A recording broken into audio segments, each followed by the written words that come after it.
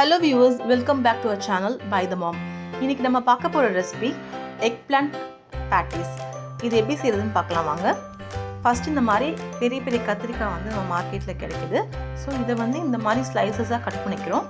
ரொம்ப திக்காவும் இருக்க கூடாது. அதே நேரத்துல ரொம்ப தின்னாவும் இருக்க கூடாது. மீடியமான சைஸை கட் பண்ணிக்கணும். இது பாத்தீங்கன்னா நம்ம ரொம்ப சிம்பிளான மசாலா தான் கொடுக்க போறோம். குடிச்சு இத வந்து ஒரு பேட்டி மாதிரி ஃப்ரை பண்ண போறோம். இப்போ நம்ம கட் பண்ணியாச்சு. இதுக்கு தேவையான மசாலா பார்க்கலாம். அதுக்கு முன்னாடி கொஞ்சம் தண்ணியில் வந்து இதை ஊற வைக்கணும். இல்லைன்னா வந்து அந்த கத்திரிக்காய் வந்து ஃபுல்லாக கருப்பாயிடும். இப்போ அந்த தண்ணியை வந்து வடிச்சாச்சு. இப்போ வந்து சீரகத்தூள் 1 teaspoon, red chilli powder 3 teaspoon, உப்பு தேவையான அளவு, மஞ்சத்தூள் 1/2 டீஸ்பூன், இது எல்லாத்தையும் கூட மிக்ஸ் பண்ணிக்கிறோம். இப்போ வந்து கொஞ்சமாக தண்ணி விட்டு திக் பேஸ்ட் மாதிரி, ரொம்ப ரன்னியாக இருக்கக்கூடாது, அதே தான் ரொம்ப திக்காகவும் இருக்கக்கூடாது, கொஞ்சம் அப்ளை பண்ணுறதுக்கு ஈஸியாக இருக்கிற மாதிரி ரெடி பண்ணி வச்சுக்கிறோம். இந்த ரெசிபி வந்து ரொம்ப டிஃப்ரெண்ட்டாக இருக்கும். டக்குன்னு கூட செஞ்சிடலாம். எக் பிளான்ட் வந்து டக்குன்னு குக் ஆகக்கூடியது. ஸோ வந்து இது ரொம்ப நேரம்லாம் இது பண்ண தேவையில்லை, குக் பண்ண தேவையில்லை. இப்போ வந்து நம்ம எக் பிளான்ட்டை மேரினேட் பண்ணுறோம். நம்ம கட் பண்ணி வச்சுக்க ஸ்லைஸை வந்து மேரினேட் பண்ணுறோம். ரொம்ப நிறைய மசாலாவும் நம்ம அப்போ தேவையில்லை, கொஞ்சமாக எடுத்து அப்ளை பண்ணால் போதும். நீங்கள் ரொம்ப நிறைய மசாலா போட்டிங்கன்னா அடுத்து நம்ம டிப் பண்ணி போடும்போது அந்த உள்ளே இருக்க மசாலா குக்காக வந்து டைம் எடுக்கும். ஸோ லைட்டாக அப்ளை பண்ணி வச்சுக்கோங்க, இந்த வீடியோவில் காமிக்கிற மாதிரி.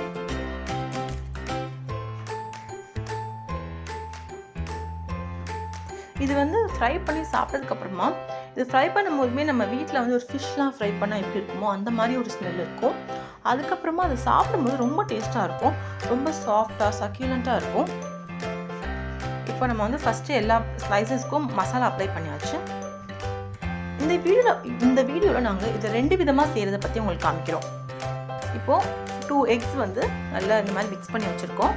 அடுத்து பிரெட் கிரம்ஸ். இந்த பிரெட் கிரம்ஸ்லேயே வந்து நாங்கள் சீசனிங் ஆட் பண்ணியிருக்கோம், சில்லி ஃப்ளேக்ஸ்லாம் ஆட் பண்ணியிருக்கோம், சால்ட் சில்லி ஃப்ளேக்ஸ்லாம். அடுத்து இந்த ஸ்லைசஸ் இப்போ ரெடியாக இருக்குது. ஃபஸ்ட்டு இதை வந்து டிப் பண்ணிக்கோங்க. அடுத்து பிரெட் கிரம்ஸில் கோட் பண்ணிக்கோங்க.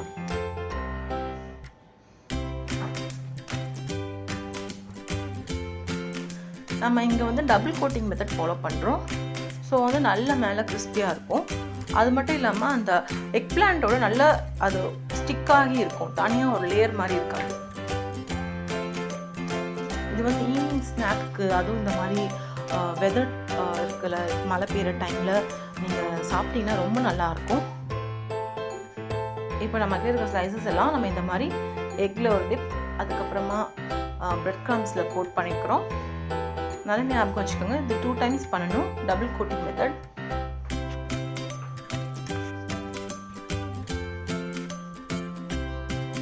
அது மட்டும் இல்லாமல் நார்மலாக வீட்டில் இருக்க குழந்தைங்களுக்குலாம் வெஜ்ஜீஸ்லாம் பிடிக்காது. ஸோ இந்த மாதிரி செஞ்சு கொடுத்தீங்கன்னா அவங்க சாப்பிட்றதே வெஜ்ஜி தான் அவங்களுக்கு தெரியாது, அந்தளவுக்கு இது ரொம்ப டேஸ்ட்டாக இருக்கும். இப்போ நம்ம ஆயிலை வந்து ஹீட் பண்ணி வச்சுருக்கோம். அதில் வந்து நம்ம கோட் பண்ண இந்த எக் பிளான்ஸை போடுறோம். ஆயில் வந்து ஹீட்டாக இருக்கணும். ஒன்ஸ் போட்டதுக்கப்புறமா நம்ம மீடியம் ஆக்கிடணும், இல்லைனா வந்து மேலே மட்டும் கலர் சேஞ்ச் ஆகும், உள்ளே வந்து ஃப்ரை ஆகாது. இது வந்து கிட்டத்தட்ட ஒரு பேட்டி மாதிரி வேறு இருக்குது. ஸோ வந்து ஈவன் நீங்கள் வந்து ப்ரெட்டுக்கு நடுலாம் கூட வச்சு சாப்பிட்லாம். ஒரு டின்னருக்கு வந்து சாண்ட்விச் மாதிரி கூட நீங்கள் செஞ்சு சாப்பிட்டுக்கலாம். இன்னும் வந்து நீங்கள் வீகன் குக்கிங் அந்த மாதிரிலாம் பண்ணணும்னு நினச்சிங்கன்னா நீங்கள் வந்து எக்குக்கு பதிலாக கார்ன்ஃப்ளவர் ஆர் மைதா ஸ்லரி கூட நீங்கள் யூஸ் பண்ணிக்கலாம் டிப் பண்ணுறதுக்கு. அதாவது கார்ன்ஃப்ளவர் அண்ட் மைதா போட்டு அதை கொஞ்சம் லிக்விடாக மிக்ஸ் பண்ணி யூஸ் பண்ணுவாங்களோ அந்த மாதிரி யூஸ் பண்ணிக்கலாம். இப்போ இன்னொரு மெத்தட் பார்த்தீங்கன்னா சீஸ் ஸ்டஃப்டு. அதுக்கு வந்து இந்த மாதிரி ஸ்லைஸ் சீஸ் இருக்குல்ல, அதை வந்து இந்த மாதிரி உள்ளே வச்சு, அது வந்து அந்த எக் பிளான்ட் ஸ்லைஸை விட பெருசாக இருக்கிறதுனால அது கொஞ்சம் மடித்து உள்ளே வைக்கிறோம். வச்சுட்டு அதே ப்ராசஸ் தான், நம்ம எக்கில் டிப் பண்ணணும், அப்புறமா நம்ம பிரெட் கிரம்ஸில் கோட் பண்ணணும். இதுவுமே 2 தடவை பண்ணணும்.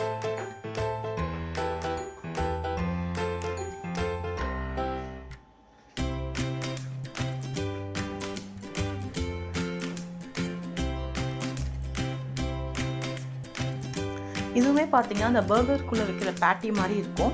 ஸோ நீங்கள் ஈவன் வந்துட்டு இதை செஞ்சு வச்சுட்டு நைட் டின்னருக்கு வந்துட்டு பர்கர் பன் செஞ்சோ இல்லை வெளியே வாங்கியோ நீங்கள் இது வந்து ஒரு பர்கர் மாதிரி அரேஞ்ச் பண்ணி சாப்பிடலாம். ரொம்ப நல்லாயிருக்கும். நான் ஆல்ரெடி நாங்கள் அவ்வளோ ஃப்ரை பண்ணிகிட்டு இருக்கோம். இப்போ பார்த்தீங்கன்னா உங்களுக்கு இந்த வீடியோவில் காமிக்கிறோம் எவ்வளோ நல்லா இருக்குது பாருங்கள். இந்த பர்கரில் ஆட்லலாம் காமிக்கிற மாதிரி பெரிய பேட்டியாக இருக்குது. ஆனால் இந்த மெத்தட் நீங்கள் பண்ணும்போதும் எக் பிளான்ட்டோட ஸ்லைசஸ் வந்து கொஞ்சம் தின்னாக இருக்கணும். அதே நேரத்தில் வந்து குக் பண்ணும் போதும் கொஞ்சம் பொறுமையாக இருந்து குக் பண்ணணும். ஏன்னா வந்து நம்ம நடுவில் சீஸ்லாம் வச்சுருக்கிறதுனால எல்லாமே ப்ராப்பராக குக் ஆகணும். அந்த சீஸும் லைட்டாக மெல்ட் ஆகணும். வெளியில் இருக்கிற 2 ஸ்லைஸுமே நல்லா குக் ஆகணும். ஸோ வந்து இதுக்கு நீங்கள் ப்ராப்பராக டைம் கொடுக்கணும். கொஞ்சம் பொறுமையாக இருக்கணும். ரொம்ப ஃபாஸ்ட்டில் வச்சிங்கன்னா உங்களுக்கு வந்து உள்ள எக் பிளான்ட் குக் ஆகாது.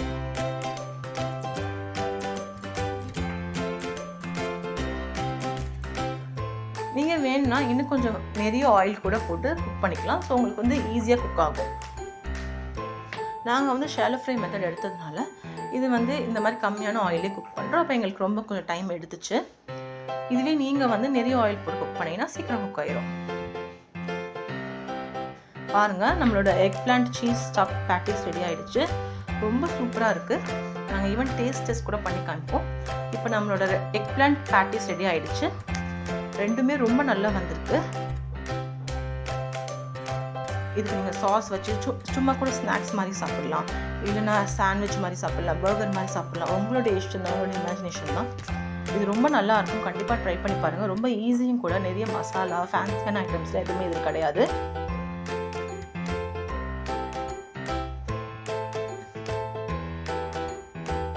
இப்போ பாருங்கள், இதை ஓப்பன் பண்ணி காமிக்கிறோம். அந்த சீஸ் நல்லா மெல்ட் ஆகிருக்கு. உள்ளே இருக்க எக் பிளான்ட்லாம் சூப்பராக குக் ஆகிருக்கு. இந்த வீடியோ பிடிச்சிருந்தா லைக் பண்ணுங்கள், ஷேர் பண்ணுங்கள், சப்ஸ்கிரைப் பண்ணுங்கள். இந்த ரெசிபி எப்படி இருந்துச்சுன்னு உங்கள் கமெண்ட் பாக்ஸில் சொல்லுங்கள். எங்களை ஃபேஸ்புக் அண்ட் இன்ஸ்டாகிராமில் ஃபாலோ பண்ணுங்கள். Have a nice day. Thank you.